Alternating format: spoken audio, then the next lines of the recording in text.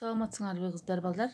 Бүгүн силер менен биз маданият жана жүрүм-турум деген темага кайрылмакчыбыз. Адамдын жүрүм-туруму миллиондогон жылдардын продуктасы. Генетикалык жактан түзүлүү менен биздин жаш өзгөчөлүгүбүзгө, билим деңгээлибизге, жашоодогу ыңгай шартыбызга жана башка факторлорго жараша калыптанган. Мындай айырмачылыктарга карабастан бардык маданияттын өкүлдөрү ой-пикирлери менен бөлүшүп, жолугушуп, ар түрдүү мамиледе карым-катыш жасашат. Ар бир жасаган ишти түшүнүү керек. Анткени жасаган ишибиз айрым учурда тескери маанайды жаратышы мүмкүн.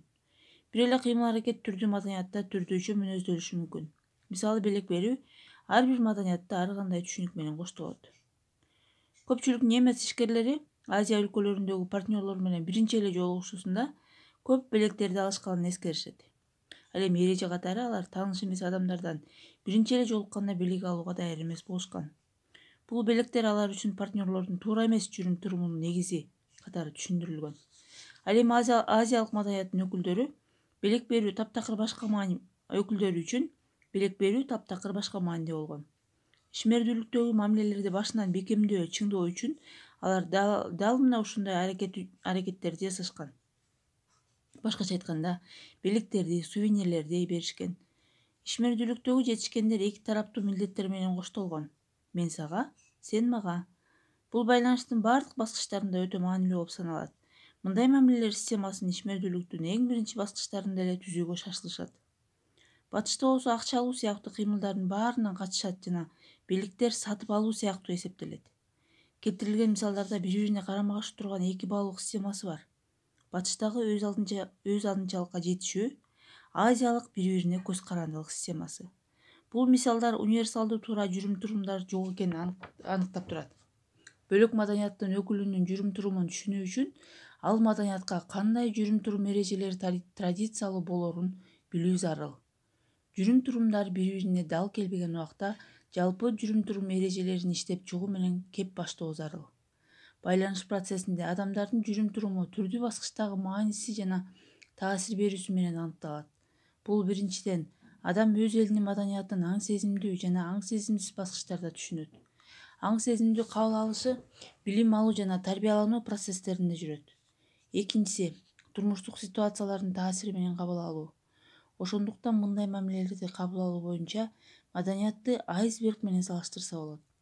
Анын суунун үстүндөгү бөлүгү негизги бөлүгү суу астында турат. Бул биздин маданияттын көрүнбөгөн бөлүгү аң-сезимди кабыл алууда жатат жана башка маданият менен байланыш болгон учурларда көрүнөт. Биздин жүрүм-турумдарыбыздын көпчүлүк моделдери маданияттын продуктасы катары эсептелүү менен биз аркылуу автоматтык түрдө колдонулат. Америкалык маданиятта аялдар эркектерге караганда көбүрөөк күлөт. Жүрүм-турумдун бул тиби көндүмгө айланган. Экинчиден, маданияттагы адамдардын жүрүм-турумун аныктаган башка фактор катары Холл аныктаган маданияттын көз айнеги деген ситуациялык кубулуш эсептелет. Мында көпчүлүк адамдар өз маданиятын борбордук жана бардык нерселердин башаты катары кабылдашат. Ар бир адам өз жүрүм-туруму жана кабылдоо мүмкүнчүлүгү өз маданияты менен когоздолорун түшүнө беришпейт. Ал эми башка маданияттын элдери өз көз караштары, өз баалуулуктарына ээ экени талашсыз. Көпчүлүк адамдардын күнүмдүк жүрүм-туруму дүйнөнү кабыл алуусунан келип чыгат. Ошондой эле адамдардын көбү дүйнө таанымынын катыштыгын эске албайт. Бул болсо өздүк маданият башка маданиятты пайда кылат деген ишенимди жаратат. Бул учурда башка маданият өздүк маданиятка салыштырмалуу анча бааланмай калат. Өздүк нормаларга, жүрүм-турумдарга жатпаган көрүнүштөр мааниси жок, нравасыз катары эсептелинет. Буга окшогон түшүнүктөн улам башка маданиятка туура эмес мамиле жасоо менен жүрүм-турумдагы кекирейген бой көтөрүүчүлүк сапаттарды пайда кылышы мүмкүн.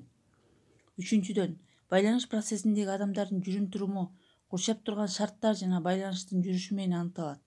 Адамдын орду, аудитория, ресторан, офис жүрүм-турумдун чегин белгилейт.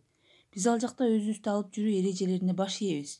Мисалы, ар түрдүү маданияттагы храмда жүрүм-турум формалары бири-биринен өзгөчөлөнөт. Мексикада аял-эркектер церковко чогуу барышып, үн чыгарбай отурушат. Иранда болсо аял-эркектер чогуу киришпейт жана атайын псалма ырдашат. Адамдар ортосунда байланыш ар түрдүү себептер менен болот. Өндүрүштүк чогулуштарда, сыйлык берүүдө, спорттук оюндарда, бийлерде жана башка. Бардык учурларда өзүн алып жүрүү ар түрдүү болот. Мисалы, кээ бир маданияттарда үйлөнүү үлпөттөрү тынчтык менен коштолсо, кээ биринде шаңдуу музыка, бий, көңүл ачуу менен коштолот. 4-дөн, байланыштагы жүрүм-турумдар убакыттын саны жана күндүн бөлүгүнөн да аныкталат. Убакыттар жетишпегенден улам адамдар сүйлөшүүнү, байланышууну токтотушат. Америкалык маданиятта убакыт өзгөчө мааниде. Анда ар бир кыймыл, жүрүм-турум убакыт менен чектелет. Холл мындай деген: америкалыктар үчүн убакытты бөлүштүрүү бул адамдардын бири-бирине кылган мамилеси, иштин ал үчүн маанилүүлүгү, алардын коомдогу орду. Ар бир байланыш күндүн бир убактысында болуп өтөт. Муну түшүнүү үчүн силер бул суроого жооп бергилечи.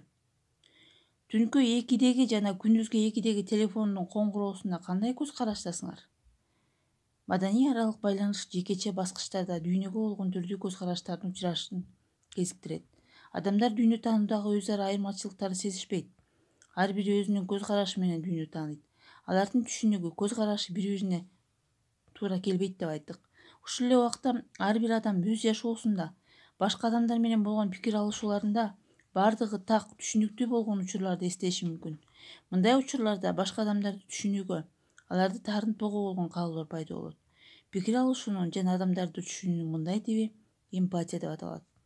Эмпатия башка бирөөнүн ордуна өзүн коюуга, анын көз карашы менен кароого, анын ала-балын сезе билүүгө багытталат. Мунун баарын өз жүрүм-турумдарында сезүүгө негизделген. Байланыштын ар бир түрү эки тараптын өзгөчө мамилелери жана бири-бирине багытталганы менен мүнөздөлөт. Мындай мамиледе маданият аралык байланыштын спецификасы партнерлордун ойлорун, көз карашын, ойлонуусун түшүнүүгө багытталат. Ошондуктан бардык маданияттагы жүрүм-турумдарды түшүнүү үчүн аларды өздөрүнүн маданиятынын алкагында кароо керек. Тагыраак айтканда, бул жерде эмпатия жогору орунда турат. Ал эми симпатия байланыштын түрдүү бөлүктөрүндө учурайт. Ал адамдар аң-сезимдүү түрдө өзүн башка бирөөнүн ордуна кое алат деген ойду берет. Баннеттин теориясы боюнча, анын нравалыктын алтын эрежелерин колдонсок, сен адамдар сага кандай мамиле кылаарын каалагандай мамиле кыл деген ойду айтмакчыбыз. Анда биз пикир алышууда алардын жүрүм-турумун өз көз карашыбызга кароо менен аларга симпатияны пайда кылабыз. Маданият аралык байланыштын өзгөчөлүгү баарына эмпатиялык мамиле кылууда жатат. Башкача айтканда, башка адамдын ички дүйнөсүнө, ойлоруна, сезимдерине аң-сезимдүү, интеллектуалдуу, эмоционалдуу түрдө кирүү болуп саналат. Эмпатия бирдей шарттарда адамдар бирдей сезимдерде болушарын жана бул түрдүү көз караштарды, түрдүү маданий кубулуштарды түшүнүүгө негизделген. Бул болсо адамдарда башка адамдардын ордунда боло билүүнү, анын көз карашын кабылдоону, сезимдерин сезе билүүнү, жүрүм-турумдарын түшүнө билүүнү шарттайт. Баннет бул боюнча мындай деп айткан: башкаларга сен алар өздөрүнө кандай мамиле кылса, дал ошондой мамиле кыл. Эмпатиянын негизги мүнөздөмөлөрү: сага айтылгандар ынта кой, бук. Башка адамдар өздөрүн кандай сезерин түшүнүүгө аракет кыл. Башкалардын айтканына кызыктар болуу, адамдардын керектүүсүнө көңүл бөлө билүү керек. Психологияда адамдардын ойлонуусун, кайгырышын сезе билүүнү күчөтүүчү атайын методдор бар. Анын ичинен жайгашуу методу белгилүү. Мында адамдын жүрүм-турумун тууроо менен, анын тилин, сүйлөө темпин, кыймыл-аракетин тууроо менен ага жакындап туруп мамиле кылып, анын ички бушайманын түшүнүп, натыйжада ички сезимдерин түшүнө билүүгө болот. Анда эмесе, калган материалдарды келбилге жүктөлгөн лекциялардан дагы кошумча окуй аласыңар. Келерки сабакка чейин сак саламатта болгула.